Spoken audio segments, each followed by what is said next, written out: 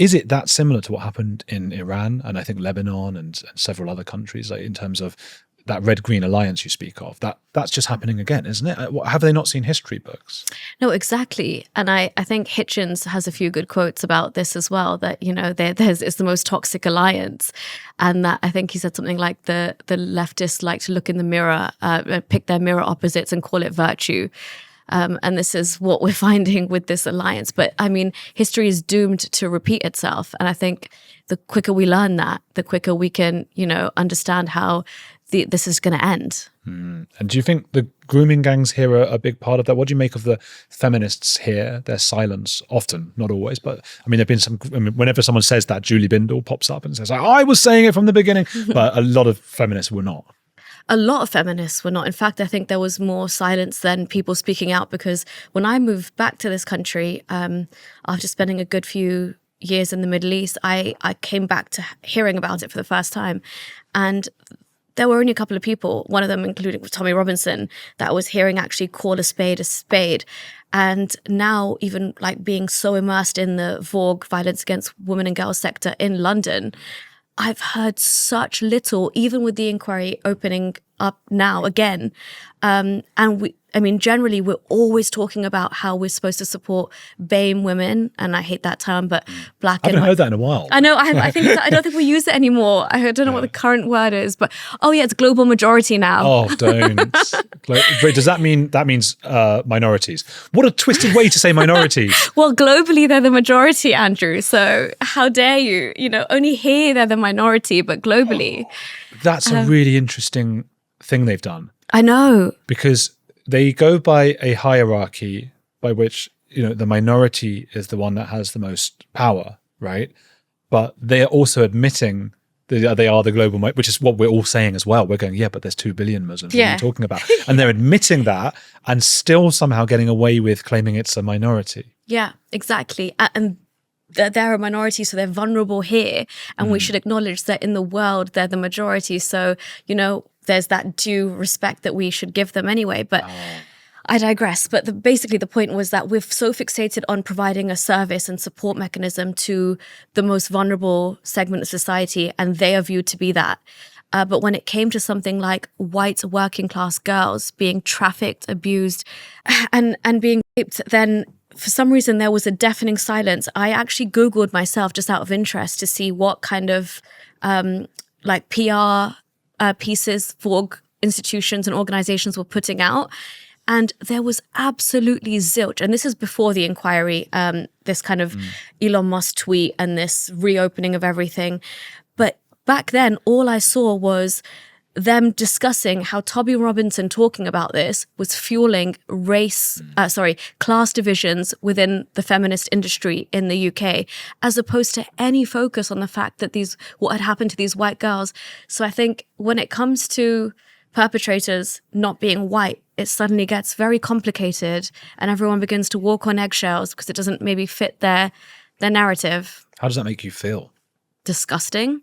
Absolutely betrayed as somebody who thinks justice should be for everybody and perpetrators should be called out regardless of their skin color. I mean, for people who don't like to bang on about skin color, it seems like skin color is all they see. And, their morality is very selective. What can we do? I guess apart from, you speak out on your channel, I do, and we try to make more people, I suppose, able to talk about these things without feeling like bigots. What can be done to stop what looks like Iran 2.0 here? I think we need to get over the fact that, for example, even with the scandal, it was dead silent for years because of fears of the most ridiculous accusations that people would assume they'd get called a racist or an Islamophobe. For stating facts, for actually following the evidence and stating facts. And, I hate these two words, community cohesion.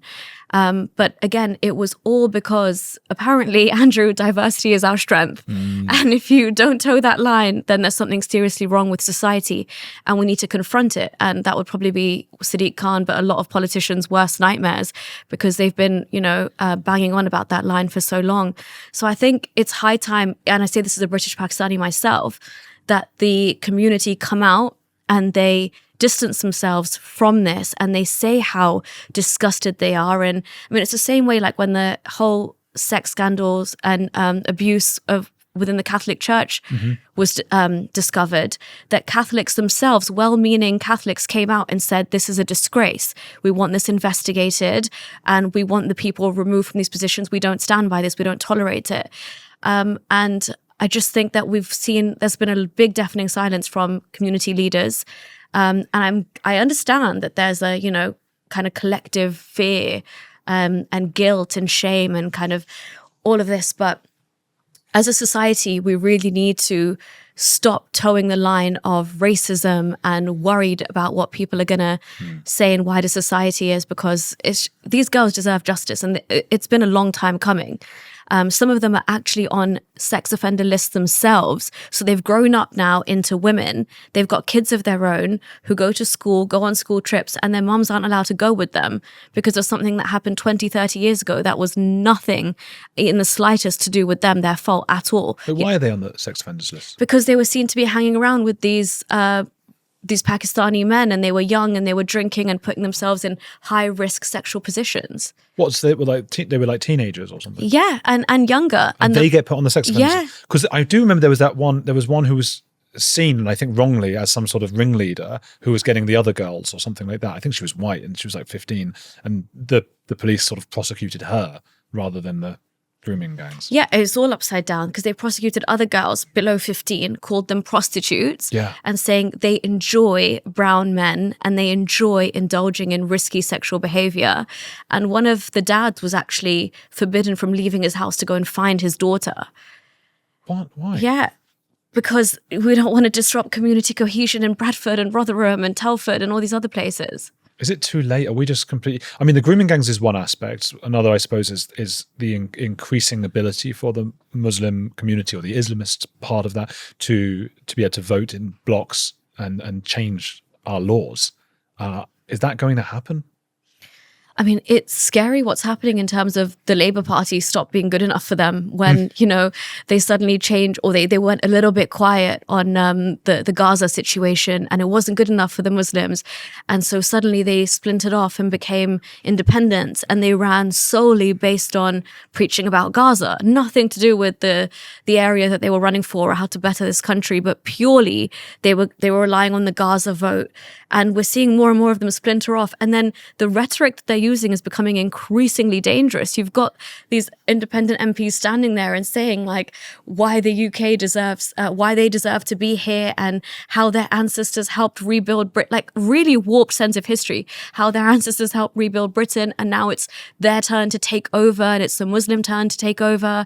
Some of them outright say we are here to enforce Sharia, like that's our goal, unapologetically. And I think we need to really clamp down as a nation if we're allowing that kind of rhetoric to be spoken about so freely, and have these people. We've got people like Nash Shah as well, who stands up in Parliament and says that her tweeting that these white girls who are abused should shut their mouths for the sake of diversity now, because it's all come back into light, was an accident.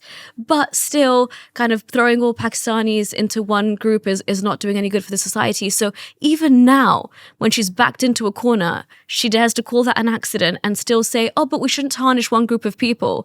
And their defense is always that, oh, but there's also white perpetrators. It's the most baseline argument. We live in a white majority country. Yeah. So they don't understand pro rata. They really don't. And disproportionality.